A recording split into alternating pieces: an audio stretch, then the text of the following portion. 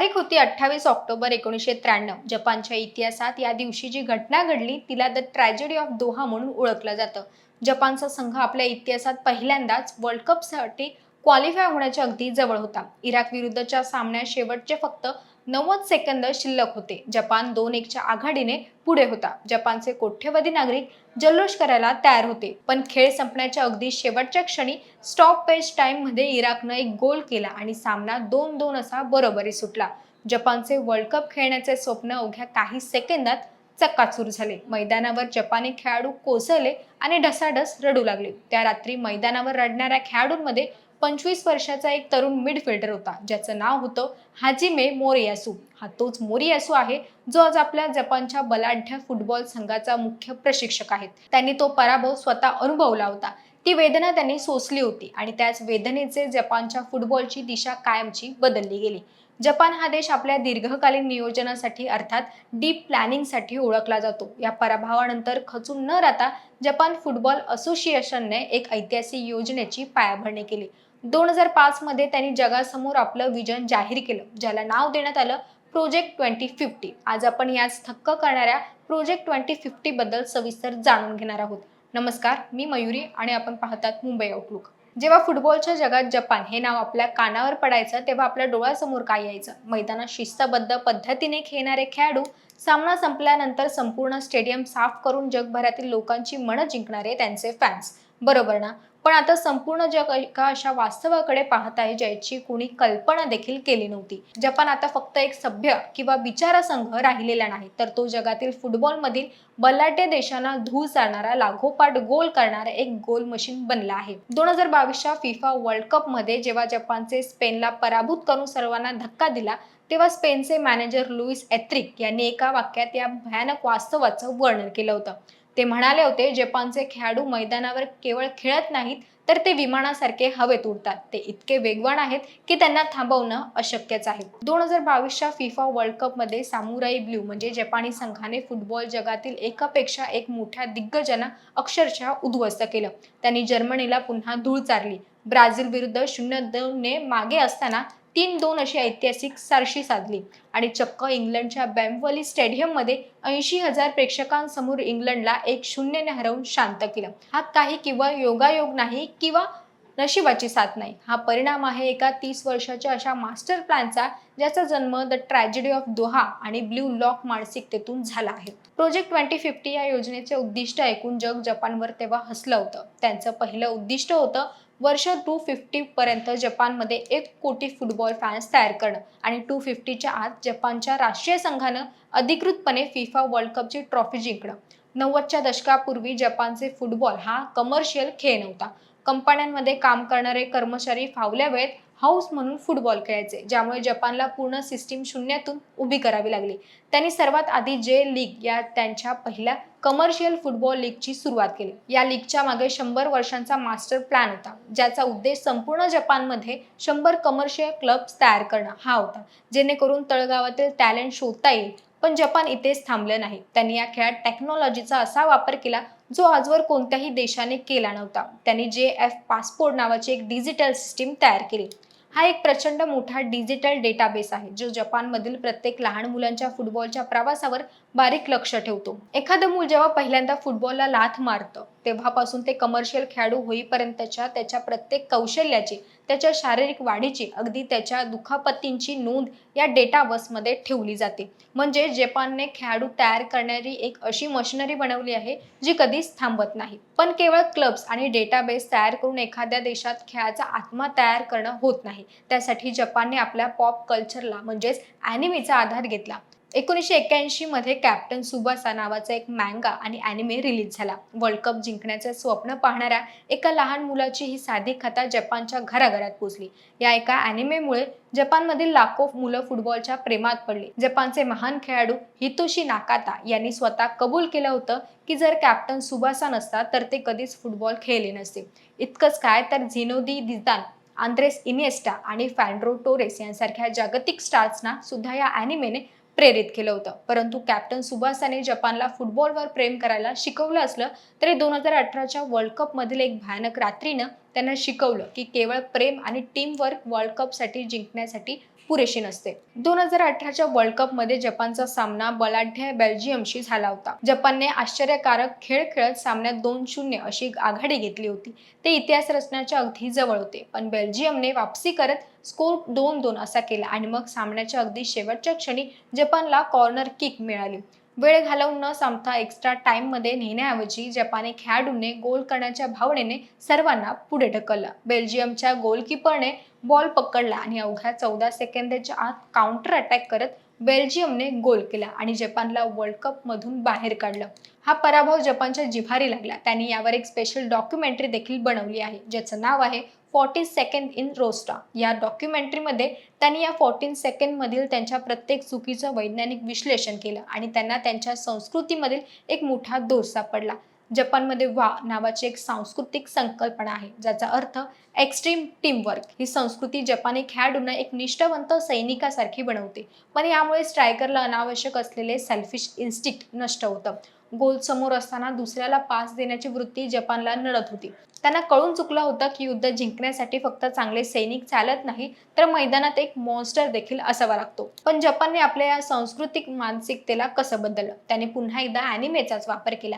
यावेळी मैदानात उतरला एक नवीन डार्क आणि तितकाच आक्रमक अॅनिमे, ब्ल्यू लॉक. ब्ल्यू लॉकची संपूर्ण फिलॉसॉफी एकाच गोष्टीवर आधारित आहे: स्ट्रायकरसाठी ओव्हर टीमवरची भावना नष्ट करणं. हा अॅनिमे तरुण खेळाडूंना शिकवतो की गोलच्या समोर गेल्यावर कमालीचं सेल्फिश व्हा, स्वतःमध्ये एक प्रचंड इगो तयार करा आणि गोल करण्यासाठी कोणाचाही विचार करू नका. जपान फुटबॉल असोसिएशनने या ट्रेंडला फक्त पाहिलं नाही, तर त्यांनी अधिकृतपणे ब्ल्यू लॉकच्या मेकरसोबत कोलॅबोरेशन केलं. त्यांनी या आक्रमक विचारसरणीचा वापर करून जपानच्या नव्या पिढीच्या खेळाडूंचं ब्रेन वॉश केलं. त्यांना असा स्ट्रायकर हवा होता जो गोल करण्यासाठी संधी मिळाल्यावर कोणाचाही तमा बाळगणार नाही, तर थेट गोल पोस्ट फाडून टाकेल. मानसिक बदल तर झाला, पण जपान समोर अजून एक मोठी गोष्ट अडचण होती, ती म्हणजे युरोपियन आणि दक्षिण अमेरिकन खेळाडूंची अवाढव्य शारीरिक ताकद.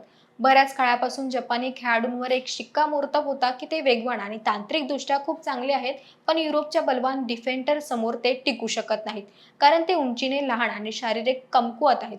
1998च्या जपानच्या पहिल्या वर्ल्ड कप संघात 100% खेळाडू जपानच्या स्थानिक जे लीगमध्ये खेळतात ते होते. त्यांना आंतरराष्ट्रीय फुटबॉलच्या ताकदीची कोणताही अनुभव नव्हता. पण 2026च्या जपानच्या संघाकडे पाहिलं तर तुमचे डोकं चक्रावून जाईल. आज 100हून अधिक जपानी खेळाडू युरोपच्या वेगवेगळ्या प्रमुख लीग्समध्ये खेळत आहेत आणि जपानच्या स्टार्टिंग 11 मध्ये जवळपास सर्व खेळाडू लीग्स या बुंडेसला लीग यांसारख्या जागतिक टॉप 5 लीग्स गाजवत आहेत. जपानमधील थेट युरोपमधील दबावाच्या वातावरणात जाणं हा जपानी खेळाडूंसाठी मोठा सांस्कृतिक धक्का असायचा.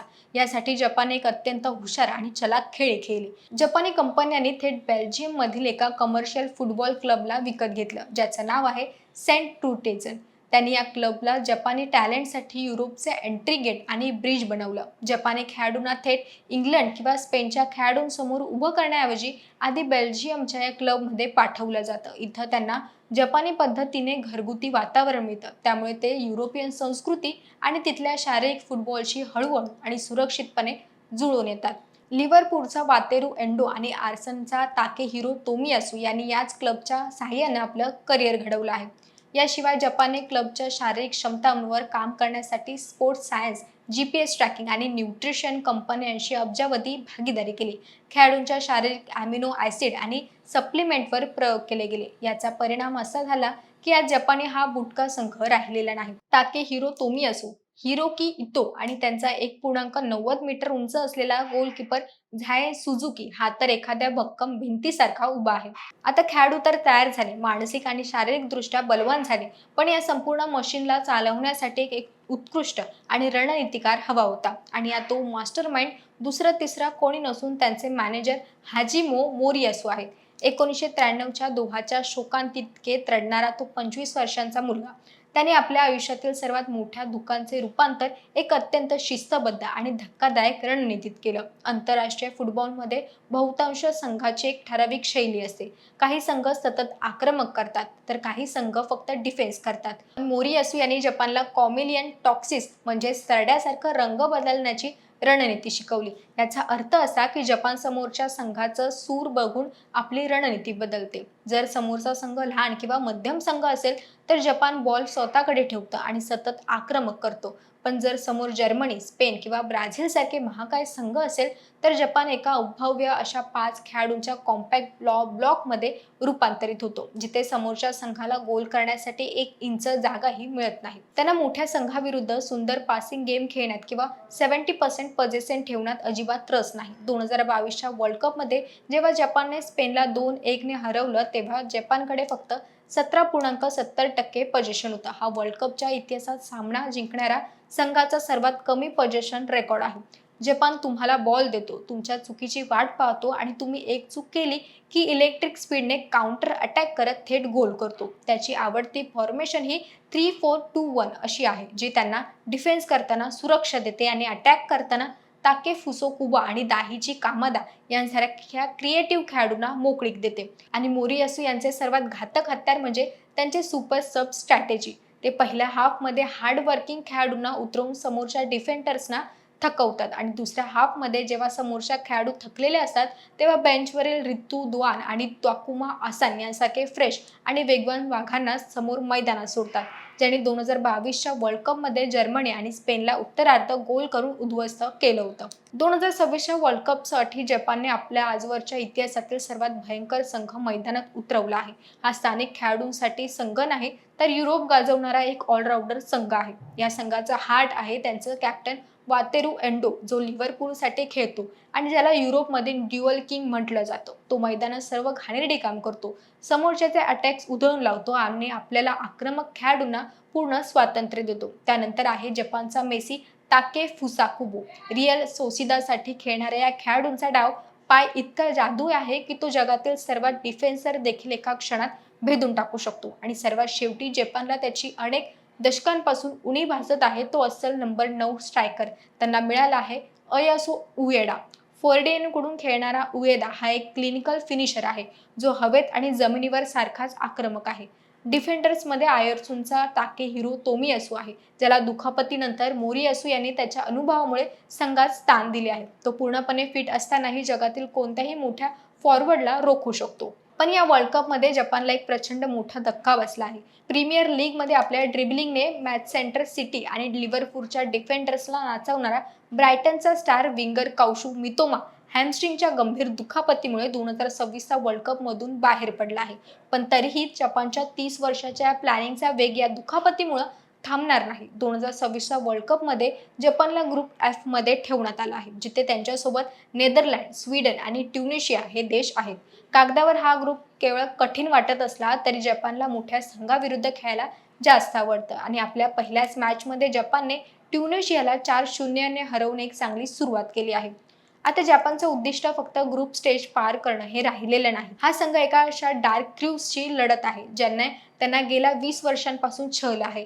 जपानने आपल्या इतिहासात 4 वेळा वर्ल्ड कपची राऊंड ऑफ 16 फेरी गाठली आहे, पण ते कधीच या फेरीच्या पुढे जाऊ शकले नाहीत. कधी बेल्जियम विरुद्धचे ते 14 सेकंद तर 2022 मधील क्रोएशिया विरुद्ध पेनल्टी शूटआउट मधील पराभव ही 16 फेरीची जपानमधील एक ग्लास सेलिंग बनली आहे. यावेळी हा रस्ता अधिक कठीण असला. नव्या फॉर्मॅटनुसार जर जपानचे ग्रुप एफ मधून पुढे मजल मारली तर कम्प्युटर सिलेक्शननुसार जवळपास 24% शक्यता आहे की बाद फेरीत त्यांचा सामना थेट 5 वेळच्या वर्ल्ड कप चॅम्पियन ब्राझीलशी होऊ शकेल. विचार करा, आपला शाप मोडण्यासाठी त्यांनी कदाचित ब्राझील नावाच्या महाकाय वादळाचा सामना करावा लागेल. पण जपानने ब्राझीलच्या आधीच 3-0 ने हरवलं आहे.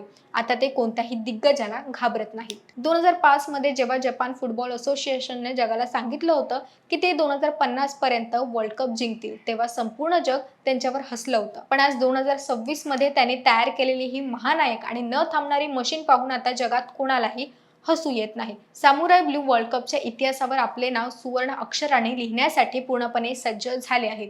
याची प्रचिती त्यांच्या पहिल्याच मॅचमध्ये जगाला आली आहे.